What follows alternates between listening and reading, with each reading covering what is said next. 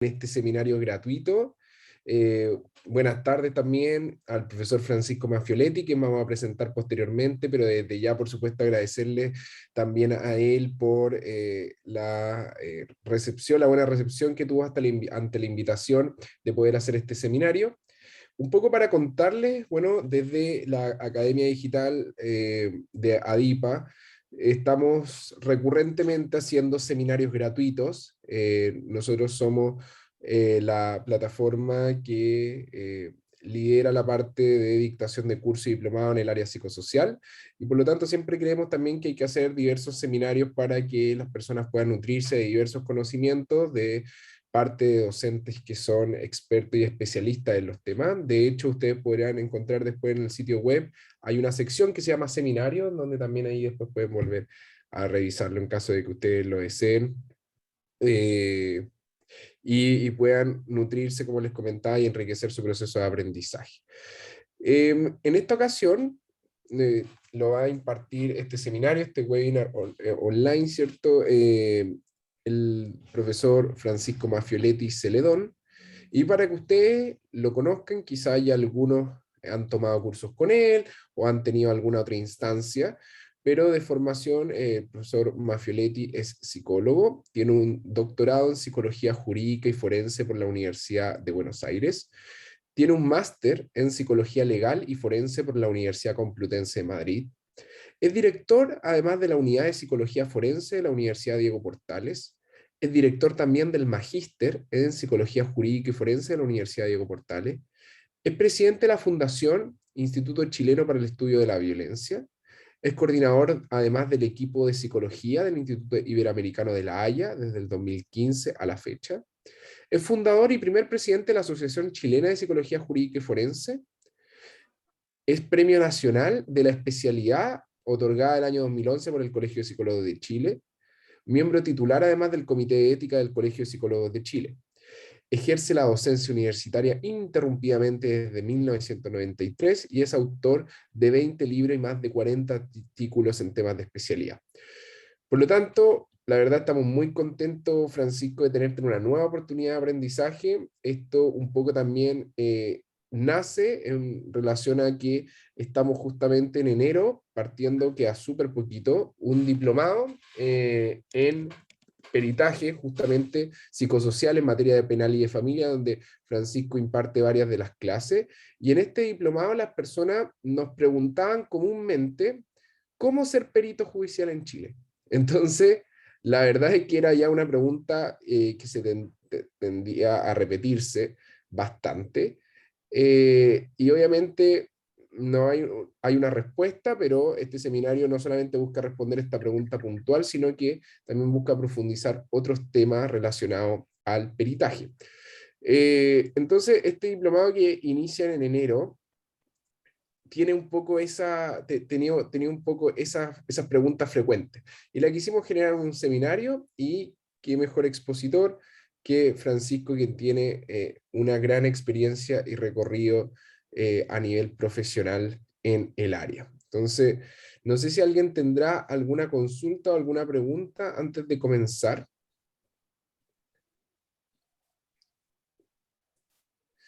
Perfecto. Lo único que me queda pendiente es que recuerden que todos los que participan en este seminario tienen la posibilidad de ganarse una beca justamente para el diplomado. Es lo menos importante, ustedes se tienen que quedar idealmente porque Francisco es un gran expositor, pero además hay una beca que se va a sortear al final de este seminario, en la cual solamente pueden ser ganadores los participantes que estén hasta el final. Como nosotros lo hacemos un sorteo con todas las personas que se inscribieron en el webinar, pero luego el ganador o ganadora puede estar sola, tiene que reclamar el premio, por decirlo así, en el final de la sesión. Así que a todos los que están, y avisarle también a sus colegas que pueden estar interesados, por lo tanto una beca 100% financiada por nosotros para ustedes. Para él o la ganadora, el único requisito obviamente es que tiene que ser profesional del área psicosocial. ¿Ya? Así que ese es el único requisito a priori. Bueno, ahí Francisca reacciona. Gracias, Francisco. Sí, así uno siente que está ahí, aunque... Así que, bien, pues. Francisco, sin nada más que agregar, toda tuya la sala y ahí esperemos sea una gran jornada de aprendizaje. Ahí veo más reacciones. Estupendo. Bueno, muchas gracias, Nicolás, gracias a Rubén y al equipo de ADIPA por generar estas instancias. Yo, como decía Nicolás, encantadísimo, con todo gusto. Y a propósito de lo que vamos a hablar hoy día, tengo un área de expertise y es esta, ¿no? He estado trabajando los últimos probablemente 25 años en esto, y me resulta muy grato el poder tener estos espacios de conversación, de reflexión, de intercambio. Ojalá podamos más al final dejar unos 10, 15 minutitos para poder hacer preguntas, para dar opiniones, ¿cierto? Despejar algunas dudas, y ojalá que sean muy participativos también. Este es un medio al cual ya casi después de 2 años estamos muy habituados, por tanto yo habitualmente, y mientras voy hablando, voy revisando el chat también, las observaciones, y también las caras de algunos de ustedes que a veces sí que son de hacer el ceño un poquitito, es decir, parece que lo que estoy diciendo no es tan claro, todo eso me va ayudando. Así que los que vayan teniendo las cámaras prendidas, ideal, no es una obligación, menos en estos contextos, pero sí facilita un poquitito más el intercambio entre nosotros, ¿no?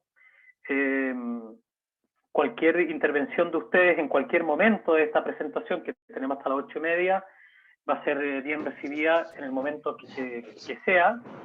No duden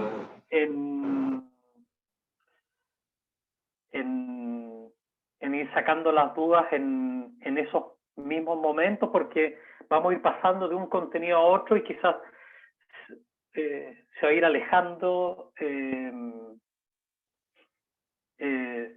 alejando la inquietud de los contenidos que la originaron, ¿no?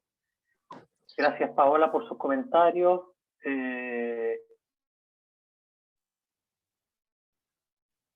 Valeria, en trayecto, bien. Y los otros que saludan, dando cuenta de que estamos en la tarde ya, muy valorable además que puedan estar estos días, que algunos plantean que esta semana no debería existir laboralmente porque poco se trabaja, estamos con la cabeza en otra parte entre la Navidad y el Año Nuevo, pero remarcar lo que decía Nicolás, ya estamos próximos a comenzar, muy próximos a una semana prácticamente, de comenzar con la otra versión del diplomado, y resulta muy pertinente este tipo de instancias para poder despejar algunas dudas, para los que están ahí a puerta de tomar una decisión, quizás les permita decidirse por una cuestión u otra. Y en eso este espacio está más bien dedicado a ustedes, a que impartir algún contenido. Lo van a ir viendo los módulos del diplomado, está todo muy bien planificado, con contenidos secuenciales, sumativos, y que responden a una lógica, ¿no? Aquí la idea es poder tratar en este espacio de hoy día, de dar respuesta a las inquietudes que puedan tener ustedes, sin perjuicio de lo cual, por cierto, tengo una presentación, hay 93 personas, 92 ya conectados, descontando a Nicolás y a mí, así que es un extraordinario número como para que surjan también muchas inquietudes, ¿no? Bueno, la pregunta del webinar es: ¿qué es ser perito judicial en Chile? ¿No? Y una de las primeras cosas que hay que aclarar al respecto es que es posible hablar de peritos en tanto tenemos un sistema de justicia, ¿no? Sin sistema de justicia y organismos e instituciones especialmente destinadas a conocer los delitos, los conflictos, las vulneraciones de derechos, las situaciones que les pasan a los ciudadanos, a todas las personas, y que requieren de un conocimiento y decisión judicial, no estaríamos hablando de los peritos. Y permite también enmarcar el trabajo de los peritos dentro de un proceso de toma de decisiones, ¿no? El sistema de justicia, básicamente, más allá de lo que podamos querer pensar en términos de lo que es la administración de justicia, que es el ideal, ¿cierto? Es un proceso de toma de decisiones. Y en ese proceso de toma de decisiones, dado la complejidad que ha ido adquiriendo el conocimiento, la vida social, cada vez se va requiriendo de un mayor apoyo en las ciencias para poder tomar esas decisiones, ¿no? Voy a partir con el PPT porque desde el punto de vista visual ayuda a ir apuntalando algunos contenidos.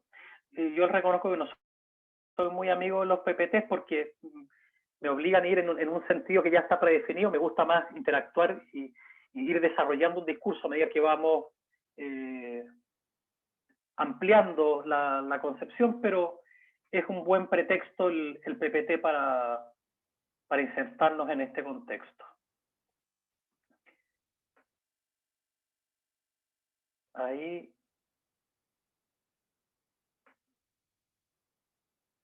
parece que apretó. Para maximizarlo. Ya se está viendo el PPT, ¿cierto? Estoy compartiendo Sí, bien pantalla con ustedes. Sí. Vale. Muchas gracias, Nicolás. A veces se demora un poquitito en abrir esto.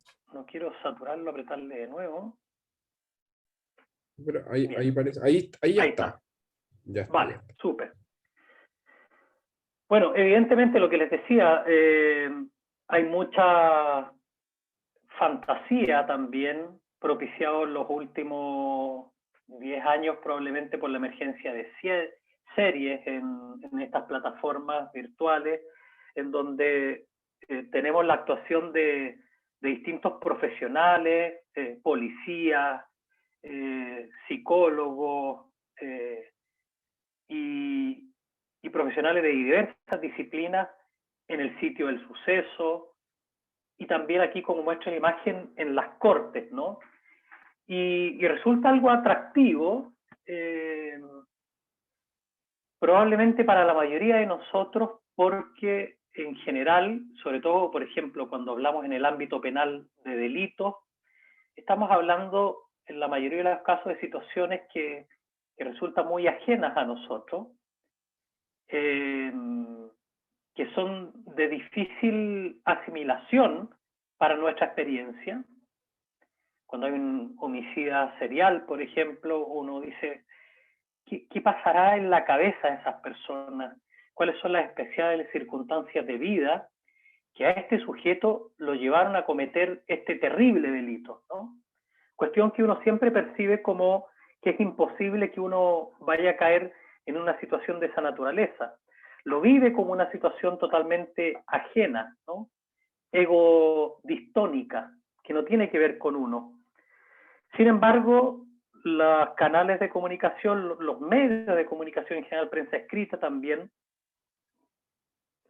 a diario nos van mostrando cómo esta realidad que encontramos tan ajena a la nuestra, tan distorsionada, tan cruda, es parte de nuestra vida cotidiana y de nuestra vida social, ¿no? Para que se hagan una idea ustedes, y tengo un PPT sobre eso, pero solamente voy a dar un par de datos respecto a la realidad del delito en nuestro país. Anualmente ingresan 1.500.000 denuncias que llegan a la Fiscalía o el Ministerio Público, que es lo mismo, que es su nombre de fantasía. 1.500.000 denuncias. Me gusta sacar el cálculo porque no deja de ser menor.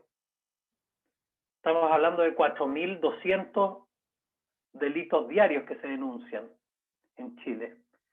De esos, por ejemplo, si la gran mayoría son delitos que están vinculados a robos con homicidio, a robos o delitos contra la propiedad, robos en lugar habitado destinado a la habitación, robos en lugar no destinado a la habitación, hurtos, robo con fuerza, con violencia, la apropiación del bien ajeno, que son cerca de 400.000 delitos si uno los suma. Pero otras cifras nos dan algunas dimensiones que pueden ser terribles para nosotros, como por ejemplo que estamos anualmente cerca de las 30.000 denuncias por delito sexual. 30.000 delitos sexuales en un año son 82 delitos sexuales diarios, de los cuales un 75% afectan a niños, niñas y adolescentes.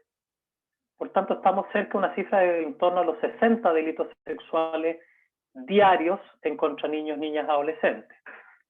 Ustedes entenderán en ese contexto que para un matinal o un noticiario, abrir el día dando cuenta de uno de estos 60 delitos, siempre va a ser una posibilidad, ¿no? Los homicidios son bastante menos, estamos hablando de 1.300 homicidios al año, tenemos de las tasas más bajas de América Latina, caso cada 100.000 habitantes, y en eso Chile es un país de bajo porcentaje o proporción o tasa de homicidio. Sin embargo, estamos hablando de cerca de 4 a 5 homicidios diarios, cosa que también nos llama mucho la atención, nos horroriza, y a veces nos motiva a intentar entender, como les decía hace un momento atrás, las razones que hay detrás de cada uno de estos casos. Tuve la fortuna de trabajar en el Instituto de Criminología de la PDI durante 3 años, era jefe del equipo pericial entre el 2002 y el 2005, y los 11 años siguientes estuve en la Fiscalía Nacional del Ministerio Público durante varios años como subdirector de la Unidad de Delitos Sexuales y Delitos Violentos, y veíamos el panorama a nivel nacional. Y la verdad que tiene una parte que es un poquitito deprimente en términos de que el delito, los conflictos, también que se ventilan en tribunales laborales, en tribunales de familia, en tribunales civiles, son hechos lamentables siempre, ¿no? Son situaciones que uno esperaría que no haya que recurrir al sistema formal de justicia para que se resuelvan, pero que por su naturaleza no pueden sino tener que ser resueltos por esta instancia. Una cosa es que yo me peleé con el vecino y nos increpemos, ¿cierto? Porque esta es la figura que uno ve habitualmente, no sé, el perro del vecino fue a hacer sus necesidades en el antejardín de la casa de alguien, o las peleas que hay en los edificios, ¿cierto? Que tienen que ver con la convivencia. Una cosa es que las personas pueden resolver esas dificultades ahí, y otra cosa es cuando estamos hablando de situaciones constitutivas de delito, por ejemplo, o decisiones en el contexto de tribunales de familia que no pueden tomar o no han logrado tomar, por ejemplo, los padres cuando se separan respecto de quién se queda al cuidado de los hijos o cuál es la relación directa y regular que va a tener ese hijo o hija con el padre con el cual no viven, el no custodio, ¿no? En ese contexto entra el sistema de justicia a tomar decisiones que le competen en tanto se tiene que hacer cargo de la convivencia y de la paz social, ¿no? Y es ahí también donde se abre una ventana, a veces una puerta, para el conocimiento experto que viene desde las distintas ciencias, artes u oficios. Como les decía, vamos a tratar de caracterizar muy brevemente el proceso de administración de justicia para que podamos comprender el rol que le cabe a los peritos. Vamos a hablar hoy día y hacer mención a los requisitos legales y técnicos que se esperan de una evaluación pericial en distintas especialidades. Y vamos a conocer también y abordar las exigencias legales y disciplinares para ser perito hoy día en Chile, ¿no? Bueno, la reforma procesal penal que parte en nuestro país el año 2000 es la que impulsa de manera muy clara y decidida la incorporación de profesionales de distintas ciencias a apoyar la decisión judicial, ¿no? Cuando digo apoyar, en ningún caso es reemplazarla, porque nunca un peritaje, por muy bonito, por muy completo, por muy profesional que sea el perito, va a venir a determinar el sentido, el alcance de esa decisión judicial. En esa línea, digamos, todos los informes periciales, incluso de los que son más expertos, no van a ser vinculantes respecto de la decisión que toma un tribunal sobre un caso en particular. No lo va a obligar a tomar una decisión en ese sentido, pero sí le va a permitir al juez o al tribunal, los tres jueces, le va a ilustrar respecto de algún aspecto que sea relevante de la causa y sobre el cual él tenga que valorar y ponderar para la toma de decisión final, ¿no? Y con esto, ¿por qué pongo la reforma procesal penal? Porque la reforma en el sistema de justicia comienza como idea con el retorno a la democracia el año 90 y la modernización del Estado, ¿no? Dentro de la modernización del Estado, uno de los aspectos que había que echarle mano, digamos, era el sistema de justicia. Y el sistema de justicia anterior al 90 era escriturado, muchos documentos, todo se comunicaba a través de cartas, de documentos que se llevaban físicamente de un lugar a otro. Era burocrático, no había un contacto directo con las partes, con la víctima, con el imputado, con el padre, la madre, los niños, sino que se podía resolver solo con los papeles, lo cual generaba una situación que no era muy deseable en términos de que quien tomaba la decisión respecto a un caso nunca había tenido la oportunidad y la experiencia de tener enfrente de sí al afectado o al acusado, ¿no? Y esa inmediación tiene, por cierto, virtudes, ¿no? El poder tomar decisiones con más elementos y antecedentes.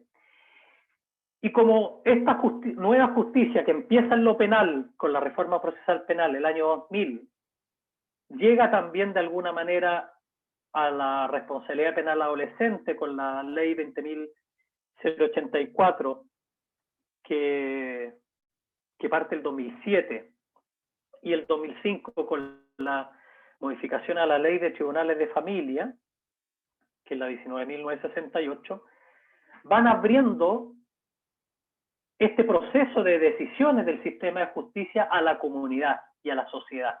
Van transparentando, van dando espacio y mayor participación a los distintos actores, no solamente a la madre, al padre y a los niños en los tribunales de familia, sino que incluso al propio imputado y a la propia víctima en el contexto penal, ¿no? Siempre se ha hablado de la víctima como la gran olvidada del sistema, podían tomar decisiones en una causa que la afectara sin que ésta hubiese dado opinión. Y esta apertura hace más visible y pone en el ojo público la decisión judicial. Y por tanto esta decisión judicial cada vez tiene que ir asentándose de manera más robusta en los conocimientos científicos, ¿no? Se empieza a ser más exigible que esta decisión sea racional, sea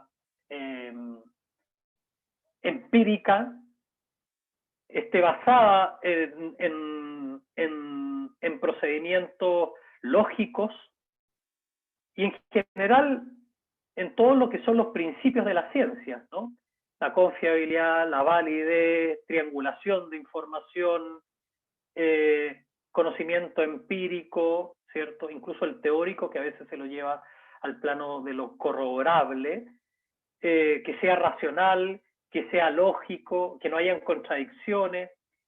Y todo eso empieza a permitir que la ciencia psicológica, la psiquiátrica, la del trabajo social y de otras disciplinas criminalísticas como la balística, la fotografía forense, la documental, planimetría, el peritaje químico de ADN, todo eso, esas disciplinas tengan que ir adecuándose y comprendiendo las lógicas del sistema de justicia.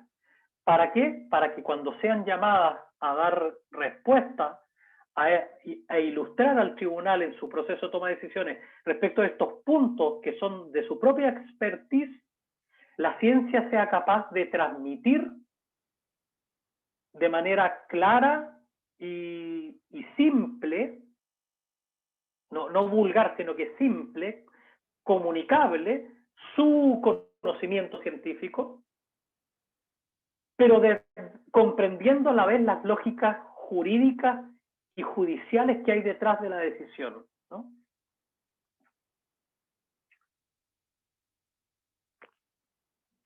Entonces al perito ya no, y me voy a centrar un poquitito en la idea del psicólogo y el trabajador social, que hacen su trabajo con el usuario, ya tienen que hacer una evaluación que está determinada en sus parámetros por la decisión o el requerimiento judicial. Punto uno, primero ya no hay un motivo de consulta propio del usuario, sino que perdón, está determinado por lo que el tribunal va a requerir en última instancia como conceptos y conocimientos para poder tomar una mejor decisión.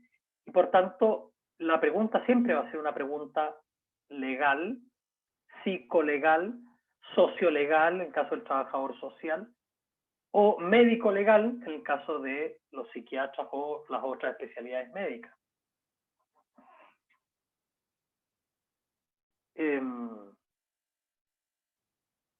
Y por tanto, viniendo a la demanda o el requerimiento desde ahí, hay que entender de forma muy clara qué es lo que pretenden con esa solicitud, ¿cierto? Sí, que lo que están pidiendo es algo en primer término que sea posible o susceptible de ser respondido desde la ciencia que profesa cada uno, ¿no? O desde la disciplina. Y si es susceptible de ser respondido, ¿cuáles son los límites también de esas posibles respuestas, ¿no? A mí como psicólogo, si me preguntan si alguien está diciendo la verdad o no, yo no tengo herramientas propias de la disciplina para decir esta persona dice la verdad o lo que está diciendo es mentira. Lo que hemos desarrollado hace 70, casi 80 años a nivel internacional son modelos y sistemas para poder, con alguna probabilidad, que es con lo que trabaja la ciencia, señalar si el relato o el discurso de este sujeto respecto a los hechos que se están investigando posee una cantidad suficiente de criterios que permitan suponer con alguna probabilidad que lo que está diciendo está apegado a la realidad. Pero yo no puedo decir si es verdad o no, ¿sí? Para eso tendría que tener una bolita de cristal, digamos, y reemplazaríamos al juez o al tribunal en ese caso, ¿no? No olvidemos que la misión del tribunal o del juez de garantía o en familia, que son los ámbitos en los cuales estamos acotando, ¿no? Dejando laboral y civil de lado, la misión de ellos es tratar de reconstruir la verdad, ¿no? O construirla mediante los medios de prueba, lo que plantea cada una de las partes que está en litigio, pero va a ser la verdad que se pueda llegar a reconstruir, la que se instale, la que se imponga, la que resulta más plausible, más lógica, pero no es la verdad, Para la verdad, eso ya pasó hace mucho tiempo. Habría que haber estado ahí para haberla presenciado, ¿cierto? En su complejidad. Por eso lo que hacen los tribunales es una reconstrucción lo más completa y fidedigna posible de la verdad. Y no voy a seguir metiendo en ese tema porque han corrido ríos de tinta, también se han escrito libros sobre la verdad jurídica, sobre la verdad en los procesos judiciales, etc. Se los dejo como una inquietud. Y en este proceso de tratar de construir la verdad de lo que sucedió o de lo que sucede a efecto de tomar una mejor decisión, es donde entran a participar los peritos. Y en general hay que decir también que en el ámbito de familia y en el ámbito penal, el perito, psicólogo, trabajador social, psiquiatra, se va a ver inmiscuido en un litigio que se produce entre dos partes que tienen posiciones contrapuestas respecto del tema de fondo. Evidentemente no hay una visión única, cada uno respecto del elemento esencial de su teoría, el caso o de su discurso, van a claramente diferir, están en oposición esas dos posiciones. Son procesos en ese sentido adversariales.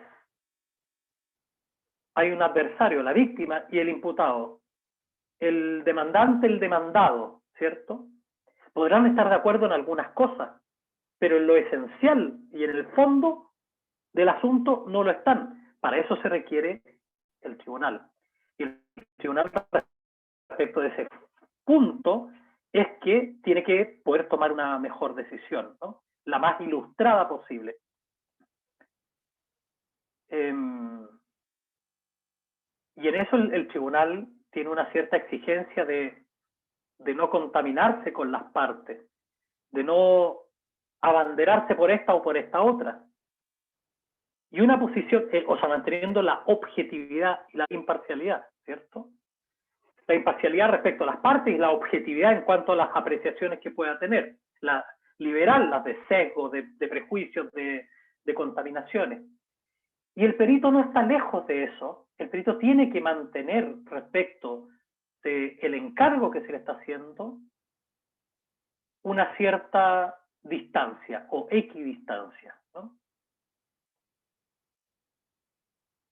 Aun cuando es una de las partes quien le requiere su trabajo, nunca debemos olvidar que el perito está ahí en tanto se entiende, se presume que es una persona hábil, diestra, experta en una ciencia, arte u oficio. Y que por tanto su actuación va a responder a las lógicas y principios de su disciplina o de su ciencia o arte, ¿no? No se puede abanderar, porque en el momento que se abandera por una de las partes, la que le requiere la evaluación, va a teñir sus resultados y sus conclusiones, por tanto, con esa mirada. Y va a haber perdido lo más esencial y valioso de su trabajo, que es la objetividad y la imparcialidad que devienen del proceso y de la metodología científica. No sé si me van siguiendo en ese razonamiento, ¿sí? Entonces estamos en un escenario judicial súper complejo. Los desafíos es que los profesionales de la psicología, el trabajo social, la psiquiatría y otras disciplinas y ciencias conozcan qué es lo que se espera por parte del mundo judicial de sus evaluaciones y de sus informes. ¿Qué es lo que la ley espera? Y qué es lo que en el caso en particular se espera. Que se traduce en el requerimiento de la pregunta psicolegal, sociolegal, ¿no? O médico-legal. ¿Qué es lo que se le dice al perito? Usted, yo necesito que evalúe tal cosa, ¿no?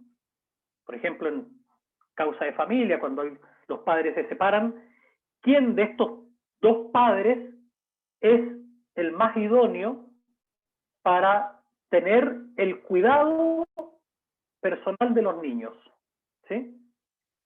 El más idóneo, no ellos en términos de sus capacidades intrínsecas, que puede ser uno de los elementos o una de las variables que se ponga en juego, sino que desde la perspectiva de el bien superior del niño y de sus derechos, cuál de los dos padres le va a hacer mejor vivir con ellos, ¿sí?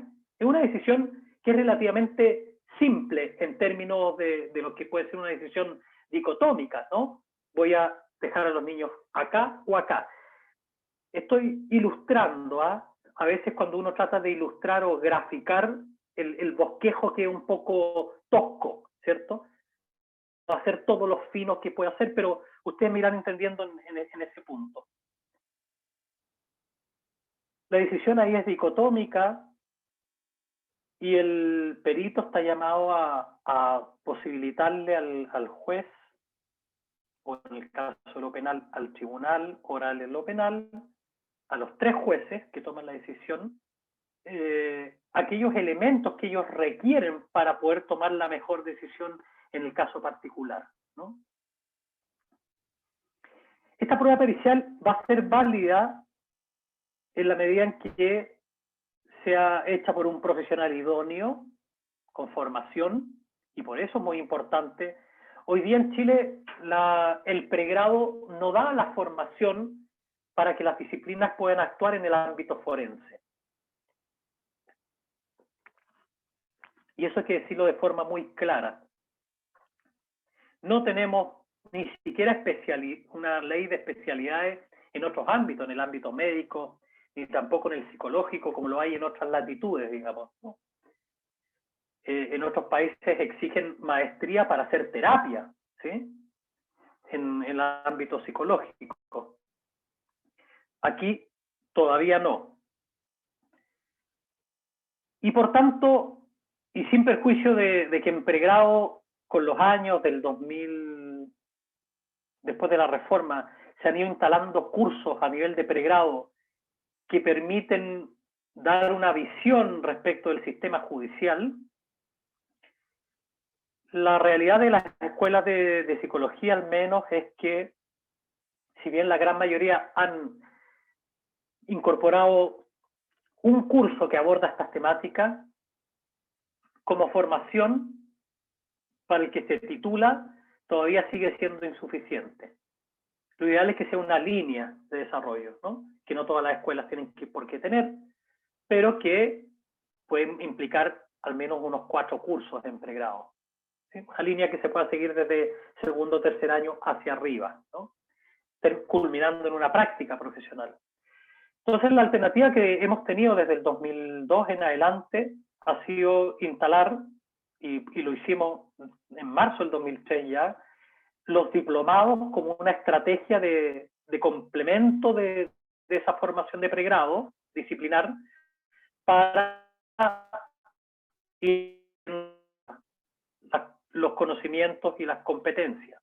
Esto sucedió también en el ámbito del derecho, como no llegaba todavía en la reforma procesal penal a Santiago, llegó en el 2005, en las escuelas de derecho de las distintas universidades era muy común que hubiesen diplomados en reforma procesal penal, el año 2000, 2001, 2002, 2003, 2004, 2005, 2006. Yo creo que por el 2008 empezaron a desaparecer los diplomados en reforma procesal penal para ir siendo reemplazados por otros tipos porque ya estaba asentada la reforma. Pero así de necesario, porque los planes y programas en derecho seguían hablando del sistema antiguo, al menos acá en Santiago, hasta el 2005-2006. Entonces, hay que conocer el sistema para entender cuáles son sus lógicas y cuál es el rol que nuestra disciplina y nosotros como peritos vamos y podemos desempeñar dentro de ellas, ¿no?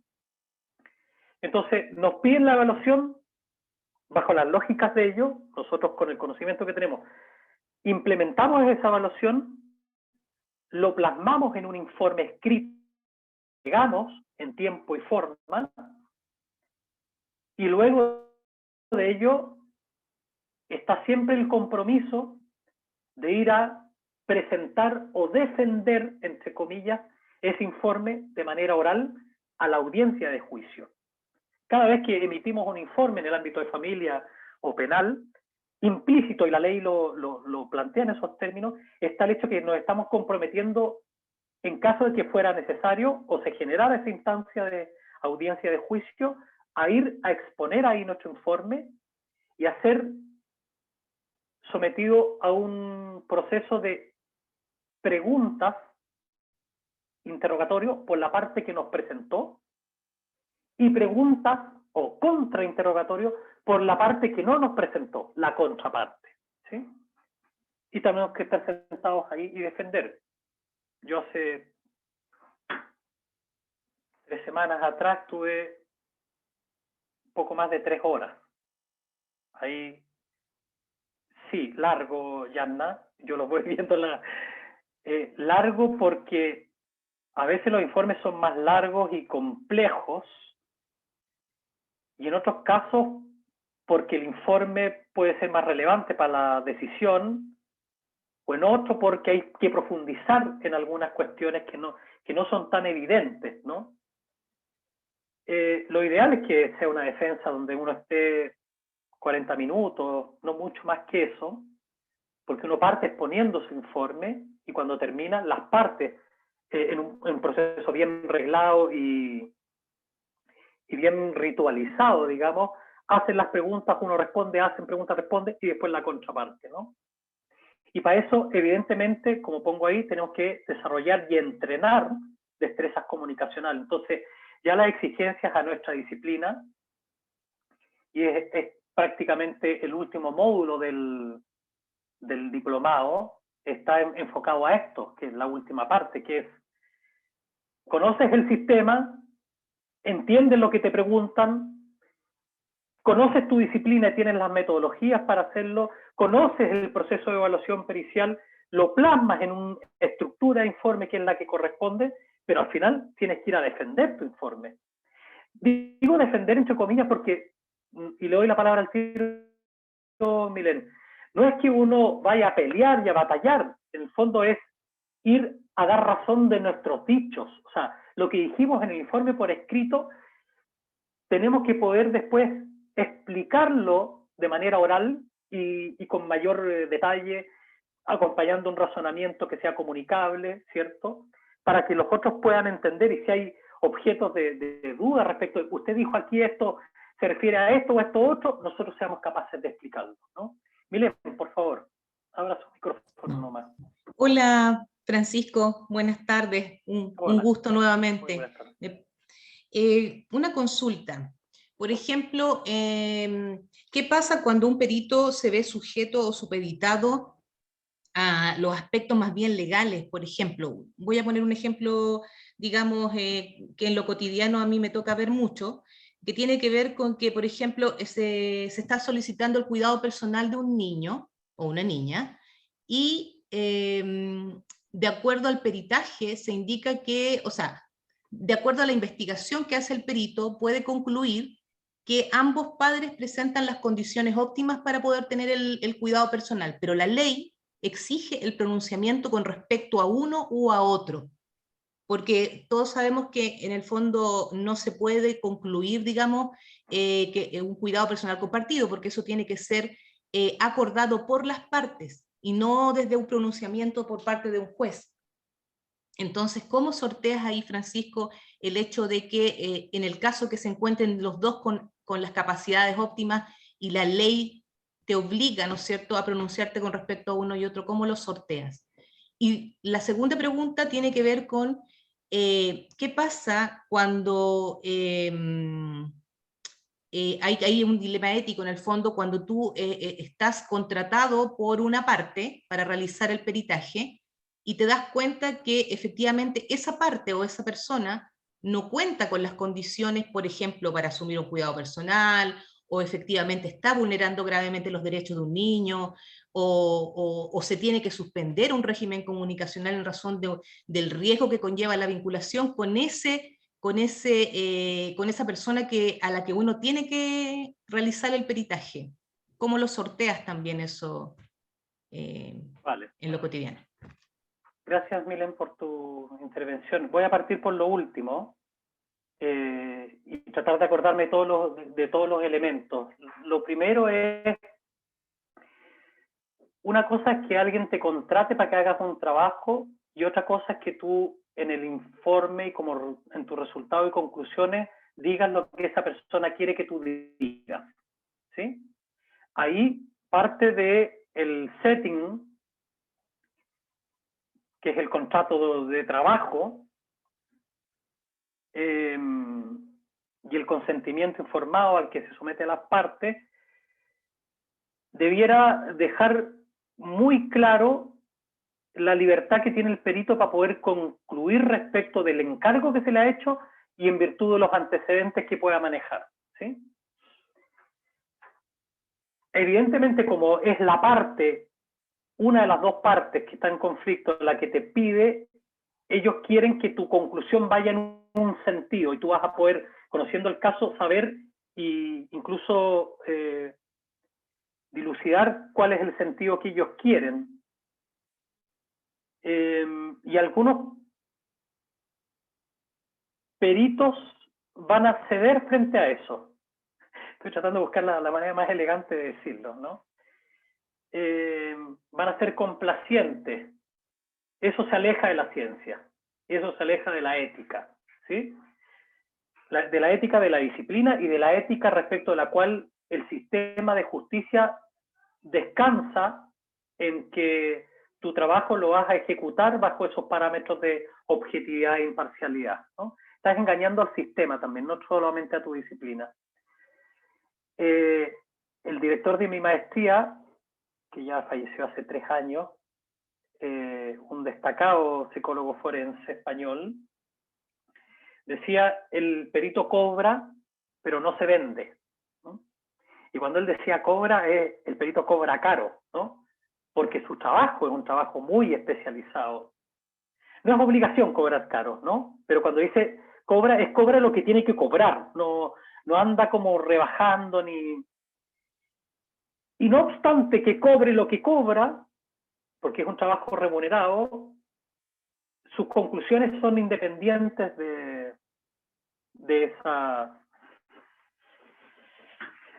ese pago. Y hay que asumir las consecuencias de eso. A mí me ha pasado que incluso en caso de tribunales de familia, siendo la mujer, en la dupla hombre-mujer papás, digamos, la mujer una abogada que me ha contratado, mi informe no ha sido muy complaciente respecto de ella, porque tenemos una cierta obligación, y el sistema lo tiene además, de que lo que prima en la ley 19.968, lo dice en los primeros artículos, es el interés superior del niño, como eje articulador de todas las decisiones, lo dice la Convención sobre los Derechos del Niño. Entonces, yo diría que no hay mucho espacio para ceder, al menos, y le doy la palabra al tiro, Rocío, para ceder conscientemente a esa influencia. Otra cosa es que nosotros tenemos que aprender a manejar nuestros propios sesgos, ¿cierto? Y tenemos que tratar de evitar que estos influyan en nuestra valoración y nuestra conclusión. Y para eso, uno de los elementos más relevantes a considerar como mecanismo que viene a garantizar y asegurar la ausencia de ese sesgo es la metodología. En las reglas estadounidenses de criterios de valoración de la prueba, les sugiero que lean la historia de cómo han abordado este punto desde el estándar FRIE, F-R-Y-E, de 1923, en una causa donde se establecieron ciertos criterios de valoración de los peritajes, y después se perfecciona con el estándar Daubert, D-A-U-B-E-R-T. Pero efectivamente es un problema a nivel internacional el cómo vamos a considerar cuando un peritaje realmente está cumpliendo con las exigencias de su propia disciplina, o bien estamos frente a un perito que, vulnerando esos principios, saltándoselo, está diciendo lo que él quiere decir o lo que su representado quiere decir, ¿no? Hablaste, Milena, en otro punto de cuando se está vulnerando gravemente a un niño, niña, adolescente. En esos casos no nos queda otra que denunciar.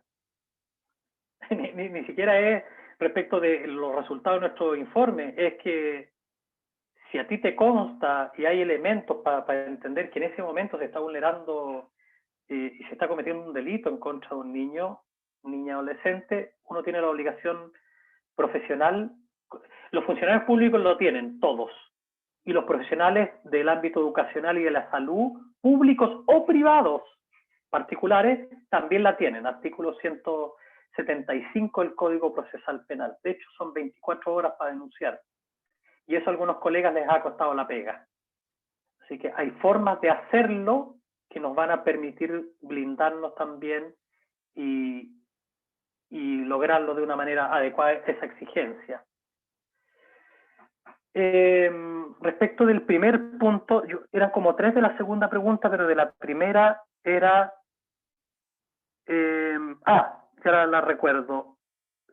Pones una situación que podría ser ficticia, podría ser la tormenta perfecta, que es que tú llegues, después de evaluar al padre, la madre y los hijos, y de manera individual, y las interacciones entre ellos, llegues a concluir que están en igualdad de condiciones, así como, no sé, vamos a decir un número, 53-53, por inventar algo, ¿no? No son ni porcentaje ni nada. Y ahí no hay que confundir la exigencia legal respecto de la exigencia del juez o del requiriente en particular. Aquí voy. Es que la ley lo único que define es que usted, en base a la pregunta psicolegal, primero vea si es capaz de responderla. Si a mí como psicólogo me piden haga un ADN para determinar paternidad, yo lo primero que le voy a decir es mi disciplina no me lo permite, no tengo esos conocimientos, ni manejo esas metodologías. Entonces, lo mismo, si usted atiende solo adulto y le pide evaluar a un niño, usted dirá, mire, no soy la persona indicada, ¿no? Hay motivos personales para señalar una incompatibilidad ahí. Y hay que ser muy razonable en eso.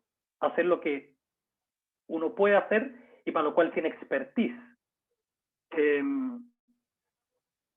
Pero la ley no obliga al perito a pronunciarse respecto de ese punto de fondo de cuál de los dos padres es el mejor. Eso es una obligación para el juez, no para el perito.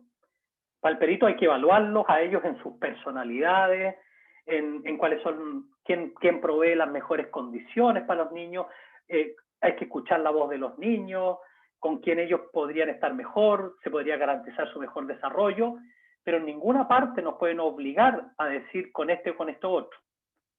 Otra cosa es que frente a las preguntas y frente a ese dilema, si es que el juez no tiene más elementos, salvo nuestro peritaje, nosotros eventualmente podríamos llegar a decir frente a una pregunta ya más reiterativa, bueno, considerando esto, probablemente los niños, o el niño o la niña, estarían mejor con esta persona, cuestión que habría que evaluar quizá en 2 años más, en otra etapa del desarrollo, etcétera, pero no, que sepan que no es una obligación legal eso.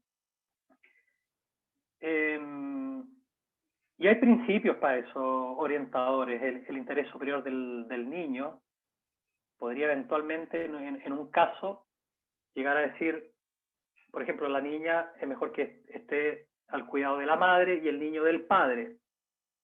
Podría ser, digo, sin prejuicio que siempre hay otro criterio, que es que la patria de los hermanos estén juntos, digamos, se desarrollen y tengan una relación. Pero bueno, ahí está el buen criterio del perito y el buen criterio del tribunal.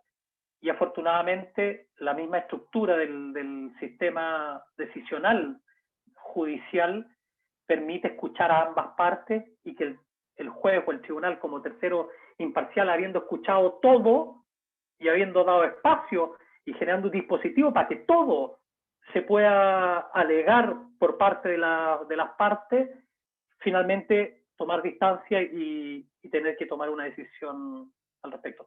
Espero haber respondido. Siempre van a quedar como pequeñas inquietudes y vamos a poder seguir en ellas. Rocío, que había levantado la mano, se me perdió aquí de la vista, pero... Hola, hola Francisco, mucho Hola, gusto. Gracias, igualmente. Mi pregunta tiene que ver con un poco lo mismo, con la metodología, entendiendo que hay casos en los que se presentan ante los jueces informes que se refieren al apego de un niño con un cuidador o de una niña con un cuidador. Por lo que yo entiendo, es una falta de la metodología porque el apego se considera una categoría de investigación, no una categoría de evaluación clínica, pero me gustaría mucho conocer tu opinión sobre esta metodología en específica que se presenta ante los jueces sobre evaluar el apego que tiene un niño o adolescente con un cuidador. Sí. Bueno, te agradezco la pregunta, Rocío. Es complicado lo que me preguntas en varios sentidos. Primero, porque la vocación que tiene este espacio hoy día es mucho más amplio y diverso, y estás entrando en un tema muy particular respecto al cual podría responderte quizás solo a ti y no necesariamente a todos los otros, digamos, porque es requiere varios contenidos antes de llegar a eso. Pero sí me voy a permitir, a propósito de tu pregunta, que no le quepa duda que tengo una opinión al respecto, y muy probablemente cercana a la que usted ha escuchado de algunos otros expertos, sobre todo en ese ámbito.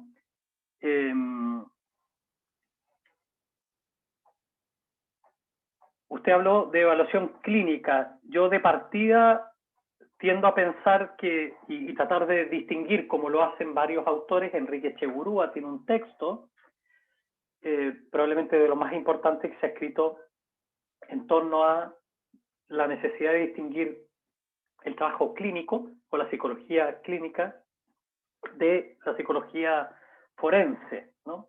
Enrique Echeburúa. Y en eso todo el trabajo pericial es un trabajo forense. ¿Sí? Primer momento hasta el último momento. Aquí, desde que surge el requerimiento hasta que terminamos en las conclusiones, en el informe o en la audiencia de juicio. Y además su pregunta es susceptible de ser contestada también respecto de la evaluación de la imputabilidad penal en el ámbito penal, la evaluación del cuidado personal, de la relación de carácter irregular o de cualquier otra inquietud que se plantee, ¿no? Y hay distintos modelos para evaluar esas competencias parentales. Y concretamente, los patrones de apego temprano que hayan tenido los padres con sus propias figuras significativas o los patrones de apego que tengan los niños con estos padres que son respecto de quienes están tomando la decisión judicial, para responderle, es uno de los elementos que el profesional podría tener en cuenta. No es una cuestión punto a punto. De acuerdo al apego, entonces la conclusión es esta, ¿no? Y en eso insistir en que tenemos que adentrarnos en lo que es la lógica judicial y el conocimiento legal o jurídico de fondo de lo que se pone en juego, ¿no? Yo hice mi tesis doctoral en imputabilidad o inimputabilidad penal. Y en ese ámbito, por ejemplo, cuando hay un sujeto que comete un delito, un homicidio, y lo hace bajo un estado transitorio o permanente de locura o de psicosis, el sistema penal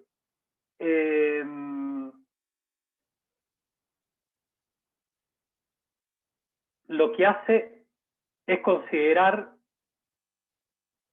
las consecuencias que tuvo esa psicosis en la conducta cognitiva y o volitiva en el sujeto, y que lo determinó a actuar de esa manera y le quitó libertad de haber actuado de otra forma. Y sería un error el que uno planteara, por ejemplo, que el sujeto presentaba una psicosis al momento de los hechos y que por tanto es inimputable. Ese paso el perito no lo puede dar. Puede plantear que presentaba una psicosis al momento de los hechos y que afectó estas capacidades en él, y hasta ahí llega el perito. Decir que es, por tanto, inimputable es cometer un tremendo error, porque es pronunciarse como conclusión pericial respecto de la conclusión judicial que la toma de manera exclusiva el juez o el tribunal. Y esto está en los ¿cuáles son los documentos que nos orientan hoy día en la toma de decisiones pericial? ¿Cuáles son esos documentos técnicos? Primero, para conocer todas las orientaciones que hay en este ámbito pericial, vamos a la Guía Normativa Técnico-Pericial del Servicio Médico Legal, ¿no? Que partió la primera guía, la publicaron en 2009, después la perfeccionaron en 2015, agregando los peritos trabajadores sociales, que no los habían considerado hasta el momento como peritos. El 2018 vuelven a mejorarla, y en noviembre del 2020 está la última versión actualizada. Ustedes buscan en Google Guía Normativa Técnico-Pericial en el área de salud mental, psiquiatría y trabajo social del Servicio Médico Legal, y van a llegar a una resolución exenta, que es del Ministerio de Justicia, que incorpora estas orientaciones, ¿no? Y que tiene respecto a todos los peritajes, y en una parte, la página 33 hasta la 47, es la parte de salud mental, ¿no? Que implica psicología, psiquiatría y trabajo social. ¿Por qué hay que pescar tanto este documento del médico legal? Porque la ley orgánica del médico legal y la ley en general lo ha querido así, a la ley procesal penal, que el servicio médico legal es la institución que tiene la superintendencia técnica respecto de los peritajes en Chile, Federica Punta Arenas, y en todos los ámbitos periciales, en las alcoholemias, en las autopsias y también en los peritajes psicológicos, psiquiátricos y de trabajo social, ¿no? Entonces ahí en ese documento ustedes van a encontrar definiciones, van a encontrar estructura de informe en las tres disciplinas, y ciertas orientaciones que van a ayudarnos a resolver situaciones que se nos presenten en el ámbito judicial. Por otra parte, tenemos lo que nos plantea el artículo 314 y 315 del Código Procesal Penal. Código Procesal Penal 314 y 315, Ley de Tribunales Familia, la 19.968, artículo 45 y 46, ¿no? Que son como el calcado, el espejo del 314 y 315 del Procesal Penal. Y que nos plantea, dice, en el ámbito penal, el Ministerio Público y los demás intervinientes podrán requerir a peritos de su confianza la elaboración de informes periciales, ¿cierto?, respecto a algún hecho relevante y necesario para la causa.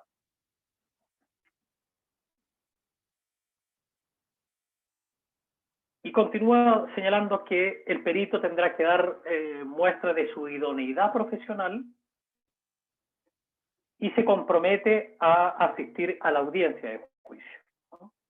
Y el 315 establece una estructura del informe. O sea, para guiarnos nosotros, la estructura formal del informe escrito que nosotros presentamos y que determina también nuestra ponencia oral en el juicio, esa misma estructura está en el artículo 315, que es la identificación de la causa, del evaluado y del perito, el estado de modo en que se hallara el evaluado, ¿cierto?, la conducta observada, el estado general, el examen mental, la metodología o relación circunstancial de todas las operaciones prácticas, los resultados a los cuales arriba el perito y las conclusiones que se deduzcan del procedimiento pericial. que de alguna manera está reflejado aquí, ¿no? Cuando nos hacen el requerimiento, lo analizamos, con esto planificamos la evaluación, vamos a hacer 2 sesiones, 3, vamos a entrevistar a la víctima, solo el imputado en el ámbito penal, o ver si es que ocupamos otras metodologías como análisis de la carpeta investigativa o análisis de algunos informes en particular, o en el ámbito de familia, si entrevistamos a la madre, al padre, a los niños en conjunto, a quien primero, a quien después. Y una vez que elegimos además las metodologías con que vamos a evaluar, procedemos a hacer la evaluación. De esta se deducen los resultados que tenemos que analizar con posterioridad a la misma, y en ese análisis de resultados nos va a permitir, a la luz de la pregunta psicolegal o el requerimiento, responderlo en una forma de conclusiones. O sea, aquí las conclusiones son las respuestas a la pregunta que nos ha formulado el sistema de justicia. A la o las preguntas concretas que nos ha formulado el sistema de justicia. Pucha, Rocío, espero haber contestado. Yo sé que es complejo en este contexto entrar en mayor detalle. Sí, la posibilidad la vamos a tener, Sí, muchas evidentemente. gracias. Vale, gracias a usted por la comprensión. La respuesta la vamos a tener en todos esos meses de trabajo en el diplomado. Bueno, ahí está, yo pongo a Bob el constructor, digamos, porque es un profesional súper capacitado, experto, diestro en su ámbito, con una maleta llena de herramientas que le van a servir para evaluar y para hacer bien el trabajo. Y lo pongo ahí en una cierta tensión entre la defensa, el acusador, entre el demandante, el demandado en familia, y el tribunal, ¿no? Todos le van a exigir que opere bajo estas lógicas de su ciencia y bajo la objetividad y la imparcialidad, ¿no? Estos son los elementos que nosotros deberíamos tener presentes, tanto los artículos que ya les señalé del Código Procesal Penal, que no da la oportunidad para profundizar en ello, y de la Ley de Tribunales de Familia, algunos artículos del Código Civil, particularmente el 2252, que da unas orientaciones claras al juzgador para tomar una decisión en casos de cuidado personal. Las guías normativas técnicos periciales, que ya les mencioné en sus distintas versiones, hay que ir a la 2020, obviamente, pero el que tenga curiosidad puede ir viendo cómo fueron evolucionando y los cambios, pero la importante es esta. Y todos los documentos técnicos de la especialidad, ¿no? Y en eso hemos trabajado desde el 2001, 2002 en adelante, incansablemente, generando este tipo de documentos, por ejemplo. Una guía para evaluar daño pericialmente en víctimas de delitos sexuales. Y que tiene como autores, esta se descarga de la página de la Fiscalía de Chile.cl. Yo tengo una página que es peritajespsicológicos.cl o psicologiajurídica.cl, en la cual se pueden descargar. Y la gracia de estas guías es que han trabajado en ellas psiquiatras, psicólogos, trabajadores sociales y abogados de distintas instituciones. Y es una especie de consenso, ¿no? Tenemos las guías también de evaluación de credibilidad del testimonio.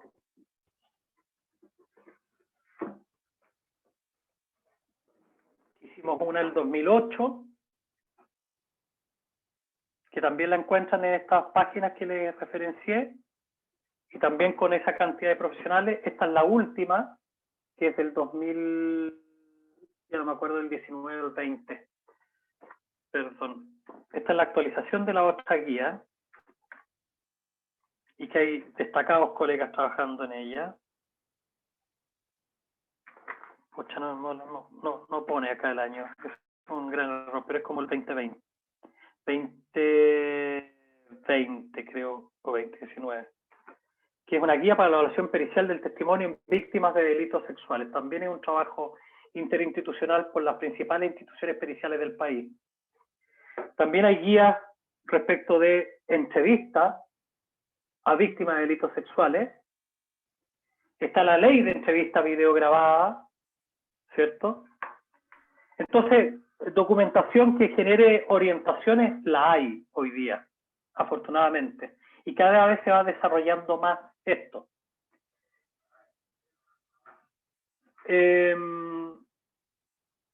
Bueno, la ley plantea que, en lo que ya, esto ya le he dicho, ¿no? El peritaje tiene razón de ser solo en la medida en que las partes pueden pedir informes a peritos respecto a algún hecho o circunstancia relevante a la causa que ellos quieren acreditar, ¿sí? El peritaje en ese sentido es un medio de prueba. No quiere decir que obligue al juez o al tribunal a tomar una decisión en el sentido que lo señala el peritaje, pero sí va a obligar al juez o tribunal a que se haga cargo del peritaje. O sea, que de forma razonada y fundada lo descarte, lo deseche. Diga, no voy a considerar el peritaje de Cristian tanto, en tanto se lo vio dubitativo en su exposición, no supo responder algunas preguntas, no pudo justificar bien la elección de la metodología, o por el contrario, vamos a considerar de manera clara el peritaje emitido por Carolina, o por Valesca, o por Yana, o por Paola, en tanto se notaba una profesional muy bien formada, ¿cierto? Seria, rigurosa, que supo responder a las preguntas que se formuló. Su exposición resultó lógica, elocuente, racional, no se encontró contradicciones, y eso va a suceder cuando la apreciación íntima o interna a la cual llegue el tribunal sea concordante con la que ustedes le han planteado. La gracia del tribunal es que ve toda la prueba que se rinde, no solamente la de uno. Entonces tiene la visión más amplia posible y además no forman parte del interés en el litigio, no son una de las partes. Digámoslo así entre comillas y vulgarmente, les da lo mismo el resultado en este sentido. Sí, lo que les importa es que el resultado sea ajustado a la prueba, a la verdad que se construyó y a la legalidad, por sobre todo, ¿no? Entonces, nuestra disciplina, el trabajo social, la psicología, la psiquiatría, están invitados y llamados a aportar en este proceso decisional, y eso es una tremenda labor que se nos ha encomendado, ¿no? Bueno, aquí está la estructura del informe de peritos, pero ustedes lo pueden revisar en el mismo artículo, ¿no? La descripción de la persona, el estado en que se hallare, las operaciones practicadas, la metodología, el resultado y las conclusiones. Y a partir del estándar Dauber, por la década del 70 en Estados Unidos, no solamente ha sido relevante el que la metodología que el perito ocupe en el juicio sea una metodología compartida por su lex artis, por los profesionales de su disciplina, compartida y validada, valorada, sino que también que la metodología sea una metodología validada, ¿no? Y en eso la ciencia tiene una virtud, como les decía al principio, la ciencia opera en base a hipótesis, ¿cierto? Emite conclusiones o genera leyes que son probabilísticas. Es muy raro que se hable del 100% o de una verdad inquebrantable, inmodificable. Ni siquiera en física ni en matemáticas se habla en esos términos, que trabajan con objetos de estudio bastante más, digámoslo, concretos, ¿sí? Trabaja triangulando con la información. En eso, acuérdense siempre de decir, de acuerdo a lo que refiere la madre, el niño no es el niño tiene esta opinión o le pasa esto, es de acuerdo a lo que refiere la madre, ¿cierto? Porque nosotros tenemos que trabajar con esa cierta distancia. Pero también, bueno, es muy importante en el ámbito judicial la no contradicción, la racionalidad, la lógica de los argumentos, que las conclusiones se deriven de las premisas, que haya un trabajo analítico, que se logre una síntesis, que se controle el sesgo propio del otro, que se deje de lado, se disminuya al máximo la sugestión, etcétera, etcétera. Que sea verificable, aplicando los mismos procedimientos que se lleguen a los mismos resultados, que la metodología que dice que evalúa una cosa, evalúa efectivamente eso y no otra cosa, que es la validez de la metodología, etcétera. Y ustedes pueden ver cómo hay una cierta virtud en el hecho de que la ciencia sea llamada a este proceso de toma de decisiones. Yo celebro eso, la verdad, porque antes del 2000 no era tan así, y hoy día cada vez es más así. Sin que nosotros determinemos el sentido de una conclusión judicial, pero sí tenemos la posibilidad de ilustrarla.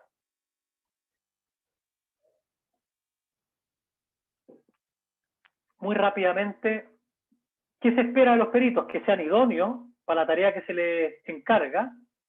No. Bien, que estén bien formados, que sean rigurosos, que evalúen y concluyan respecto a algo que responda dentro de su disciplina a un subcampo de expertise real de ellos,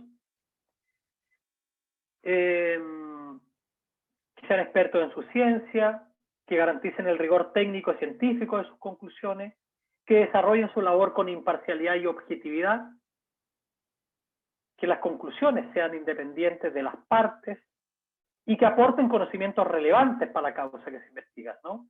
Por eso lo que se le solicita al perito es que el tema respecto del cual va a evaluar él, o la pregunta psicolegal, sea una pregunta que aporte y que no sea una cosa como un detalle, ¿no? Que sea relevante para el proceso decisional. Que tenga consideración en la evidencia, consideración por la víctima o el imputado, o el padre, la madre, los niños cuando realiza los procedimientos de evaluación, que no sea una intervención iatrogénica, ni tampoco que produzca victimización secundaria, que cumpla con las exigencias legales de todo informe pericial, la del 315 del Código Procesal Penal y el 46 de la Ley de Tribunales de Familia y la Guía Normativa Técnico-Pericial, o sea que la estructura del informe sea correcta y que finalmente comparezca en el juicio oral o en la audiencia de juicio a deponer sobre su informe y que sepa explicarlo, justificarlo y dar razón de sus dichos, ¿no? Bueno, aquí, no sé, me estoy tapando el título, ¿qué significa ser perito? Pongo esta foto que es famosísima, que ustedes pueden ver a Einstein, a los Curie y a otros grandes científicos de época. Ya lo sabemos, ser un perito es ser un hábil experto, diestro en una ciencia, arte o oficio, y que pone estos especiales conocimientos al servicio del sistema de justicia para que quien tiene la autoría de juzgar, el juez, pueda tomar una mejor decisión también amparado y fundamentado con el respaldo de la ciencia, ¿no? Nosotros vamos a los juicios y participamos de ellos en tanto el juez tiene la facultad o las partes para poder para ilustrar respecto de sus puntos, de valerse de todos los medios de prueba, hay libertad de prueba, y en eso nuestras disciplinas van a aportar en base al área de expertise propia de nuestra ciencia o disciplina. Por tanto, se requiere de nosotros una opinión, una conclusión, y que tenga algún fundamento, que sea bien fundada, y fundada en nuestra ciencia y no en nuestra intuición, en nuestras impresiones, y que vamos a nosotros, en último término, a ser unos colaboradores en ese proceso de toma de decisiones, no unos subordinados, ni alguien al cual le van a decir tienes que hacer esto de esta manera y lo hace así a pesar de de las lógicas de su propia disciplina. Nosotros tenemos algo que decir también respecto de eso. Y por tanto, y para ir terminando, la exposición es una actividad procesal que existe en las distintas etapas del proceso judicial, puede ser al principio, en la mitad, más al final. Incluso en algunos casos está pensado en el post-sentencia, como originalmente tienen su sentido los informes presentenciales, ¿no? Que cuando ya se llega a un veredicto, se dice culpable o inocente, como medida para mejor resolver respecto de la forma en que el sujeto va a cumplir, se requiere o se solicita un informe presentencial, que en estos tiempos se solicita previo al dictamen incluso, como una forma de mejor decidir.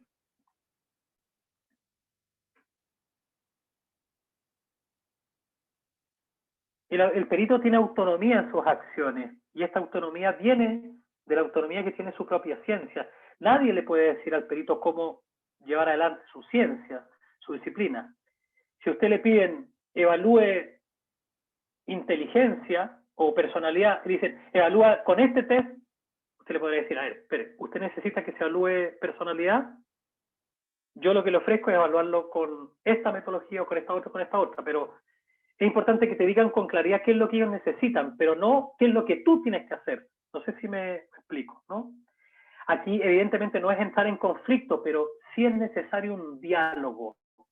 Y afortunadamente hoy día está más asentado que no te pueden decir, usted aplica un Rorschach. No, te dicen, usted evalúe personalidad, o estructura, o funcionalidad de la personalidad, pero te dejan a ti el procedimiento con el cual lo evalúas.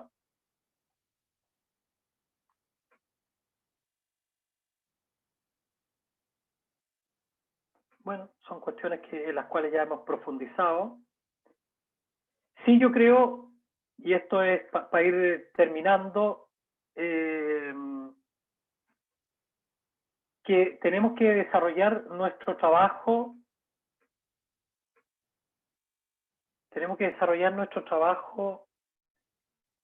en una relación que sea dialogante, que sea,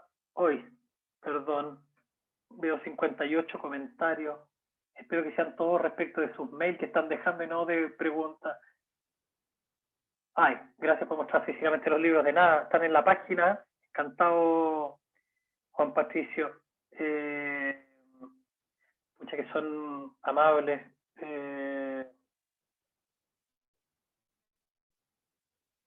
El autor de Psicología Forense, Enrique Speck, es médico, o era médico, y además psicólogo. Estoy buscando su libro, que es este, que se llama Psicología Forense y Tratamiento Jurídico Legal de la Discapacidad. En realidad es la primera parte la que es extraordinaria, es un libro de casi 700 páginas, pero muy claro, muy didáctico. La guía normativa, dieron la página de Forensic, en donde está, también yo les decía que podían buscarlo en Google, ¿cierto? Y les dejé mis páginas, que tengo varios libros y artículos también ahí. Y lo digo con toda tranquilidad hoy día mis páginas, ¿no? peritajespsicológicos.cl y psicologiajurídica.cl. Y lo digo con tranquilidad porque he suspendido mi trabajo de perito durante los próximos 4 años. Entonces ahora ya no tengo ningún interés creado en que me contraten ni nada por el estilo, los puedo dar con tranquilidad porque por alta dirección pública entré a un trabajo con dedicación exclusiva. Soy uno de los 7 expertos a nivel nacional del mecanismo del Comité de Prevención contra la Tortura, que somos un organismo autónomo de derechos humanos, y no me permiten hacer nada y tuve que renunciar y tuve que dejar todo, y es una decisión de vida, digamos, me va a cambiar la vida. No sé qué va a hacer en 4 años más porque ahí se acaba mi mandato, voy a volver a hacer un civil, pero tengo provisión de hacer peritaje. les decía, hace un mes fui a un peritaje porque me quedaba pendiente, no sé por qué después de agosto de este año empezaron a caer todas las audiencias de juicio. Parece que como volvimos un poco a la semipresencialidad, todo lo que había estado durante casi un año y medio ahí en stand-by, cayó todo ahora, en familia y en penal.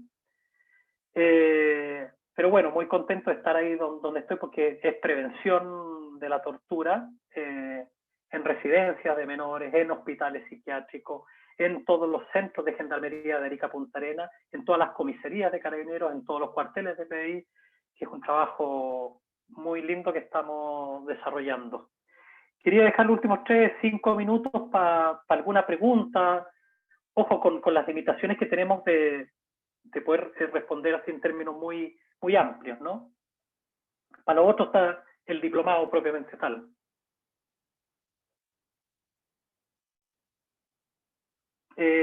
Ivonne, por favor. Hola Francisco, sí, mira, yo te quería hacer una consulta. Yo no soy del área social, psicológica, ni nada, ni de servicio social. Yo soy bióloga. Bióloga. Sí, bióloga. Y me ha servido mucho todo lo que tú estás comentando desde la ciencia en el tema acuícola trabajo. Entonces te quería preguntar si tendrás algún antecedente conocimiento, algún libro de algo como los que tú estás mostrando en el área de la psicología, pero para el área de la biología, de la ciencia, del tema de las ciencias más exactas, digamos. Si te pongo en aprieto, discúlpame. Yo sé que... No, está muy bien. Además que yo presumo de mi ignorancia en otros temas, ¿no? Yo digo, soy experto en mi tema, pero no lo soy en otro, y qué grato decir, no tengo idea. Hay un campo ahí por explorar. Está muy poco trabajado, sobre todo acá en el país. Yo creo que puedes encontrar, en realidad es más parecida a la nuestra, todo lo que hacen en España. Estamos hablando de las ciencias que están, yo diría, en el ámbito de lo criminalístico, probablemente. Ese es el concepto que englobaría lo tuyo, a diferencia de lo nuestro, porque son ciencias, físicas, biológicas.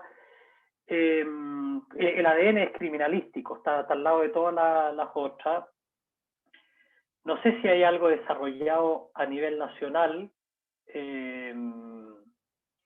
Ven esa misma página que ponen los compañeros en forensic.cl.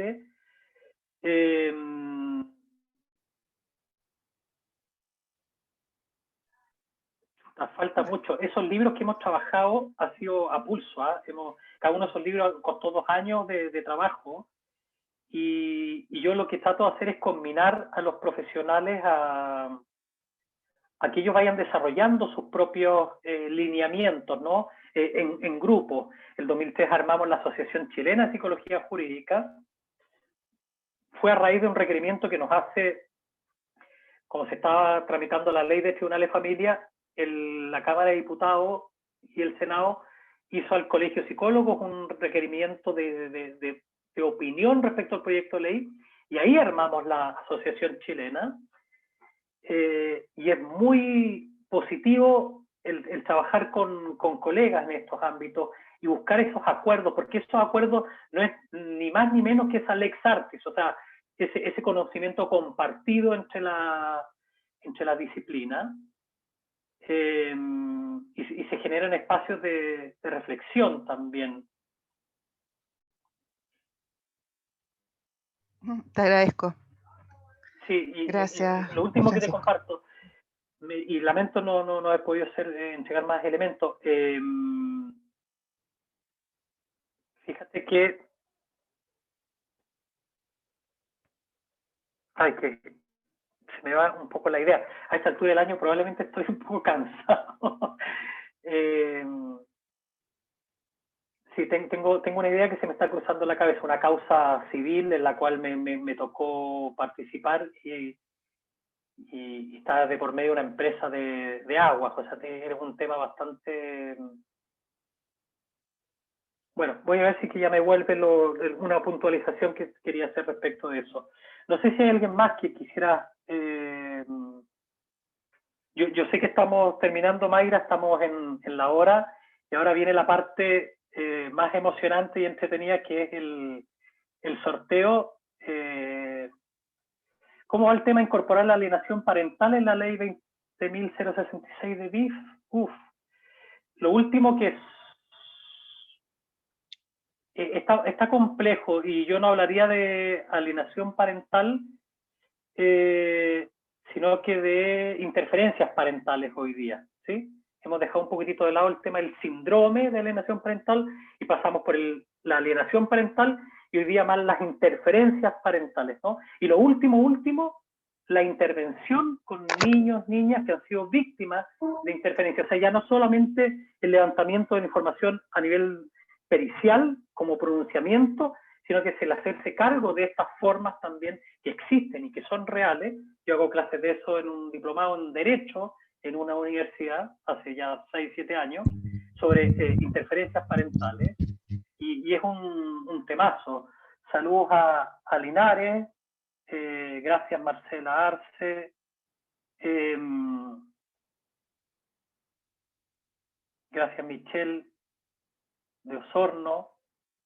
Qué bonito, le estoy muy agradecido. De Punta Arenas, Valesca, de Puerto Montt, Jocelyn, Valesca de Punta Arenas. Bien, gracias. Yo lo dejo porque además me alegra cuando alguien se gana el cupo completo a la beca. Así que vamos a dejarlo hasta aquí, entendiendo que estos temas son amplios, son de largo aliento todos, ¿no? Esto es un barniz, una introducción, es generar un poco de inquietud, y ojalá no responder todas las preguntas para que quede ese motorcito que nos lleve a seguir buscando en este ámbito que no se acaba, ¿no? Nicolás. Así es, ¿qué tal? Bueno, una gran exposición. La verdad es que primero agradecerte, Francisco, porque además me gusta siempre tus exposiciones porque te tomas todo el tiempo para ir respondiendo durante el transcurso del seminario. Por lo tanto, muy generoso también en poder compartir tu conocimiento, experiencia, la gran trayectoria de más de 20 años trabajando en el área de peritaje, ya sea perito, como perito, y después también en el área más académica, investigativa. Así que súper agradecido. Y bueno, como comentaba también ahí el profesor, viene la parte de la beca. La verdad, muy contento de generar esta instancia. Comenzamos cerca de 80 personas, terminamos cerca de 110 personas, lo que yo creo que también comunica un poco que estuvo buena la sesión, ya que si no se hubieran empezado a ir fugando ahí durante el proceso. Creo que también ahí realzo un poco las felicitaciones a la exposición, y por sobre todo también a ustedes por su participación durante este seminario. Bueno, un poco para contarle entonces de este proceso de la beca. Esto es diplomado, les mandé de hecho el link a los que están interesados. Es un diplomado que parte ahora ya, en enero. Y un poco para hacer el preámbulo de ello, es un diplomado que son varios meses de generación de conocimiento, y un peritaje que va tanto de la mano del lado psicológico, social, en materia penal y familia, en donde hay un equipo multidisciplinario bastante interesante, donde participan abogados, participa, por supuesto, el profesor Francisco Maffioletti, participan psicólogos, participan trabajadores sociales, participan diversos profesionales que dan un poco esta mirada también multidisciplinaria del peritaje. Ya no solamente es un diplomado que está orientado a algo muy penal, por ejemplo, y solamente asociado a abogado, algo solamente psicológico, sino que buscamos a través de los diversos profesionales ir en forma consecutiva, como comentaba además el profesor, a través de diferentes módulos, ir en forma consecutiva avanzando. Por lo tanto, bastante contento. Esta es una segunda versión, la primera versión con muy buena recepción, y por lo tanto lanzamos esta segunda versión, en general una vez al año, la cual nos tiene bastante contentos porque ya hay muchos inscritos, lo que nos alegra en el sentido de que al parecer también se ha ido corriendo la voz de que el diplomado es consistente, son varias clases, de hecho, todas de ellas en vivo, son cerca de 37 clases, y todas ellas en horario o de 6 a 10 de la tarde, o los sábados de 9 a 1 aproximadamente, de 9 y media a 1 y media en el caso de algunos docentes. Pero bastante contento, un diplomado bien completo, y por lo tanto estamos seguros de que los que participen y él o la que se gane la beca va a estar va a ser súper provechoso para su carrera profesional, y va a tener una gran experiencia de aprendizaje, que es por supuesto lo que nos motiva y propulsa. Así que ahora viene la beca, y para ello Mayra, que han estado con usted en el área de soporte, va a compartir pantalla. Ustedes van a ver más de los inscritos que están ahora participando, pero en esto solamente puede reclamar el premio el que está acá, él o la que esté acá presente, ¿ya? No, o sea, si no está, es como al agua, entre comillas, ¿verdad? Y recuerden que el requisito es, bueno, profesional psicosocial o en caso de abogado, pero del área, del área. Entonces, hay 306, fueron los que se inscribieron al seminario, acá hay 106, así que vamos a comenzar. Comenzamos entonces. Michelle ahí dice, sí, he hecho varios cursos y una gran experiencia, que bueno, me alegra, porque eso de hecho es una de nuestras misiones. Alejandra Córdoba sale, uy, y parece que está. Ahora, si estará, o dejó el Zoom Hola, prendido. sí estoy. Ay, qué bueno. Alejandra, esto salió la Qué primera. bueno. Hace mucho tiempo que no pasaba Qué esto. Alejandra, tú rico, eres gracias. profesional, Sí, psicóloga, trabajas en el ahora sector. licenciada en psicología y ahora en enero tengo mi defensa de título. Así que Ah, ya qué bueno. estamos Y pronto. justo te Felicidades. gradúas e inicia el diplomado. Sí, qué rico. Parte de la rutina, sí, qué bueno. Gracias. Bueno, va a ser alumna del profesor Francisco Mafioletti, así que ahí nuestras felicitaciones. Los dejamos a todos, por supuesto, invitados de todas maneras a tener más información del diplomado. Por supuesto que para nosotros va a ser muy interesante que todos ustedes puedan revisarlo y ver también sus opiniones. Y sin más que agregar, Francisco, te dejo a ti la palabra para finalizar este seminario, y nuevamente agradecerle a todos y todas por su gran participación y por supuesto su motivación y compromiso de estar hoy.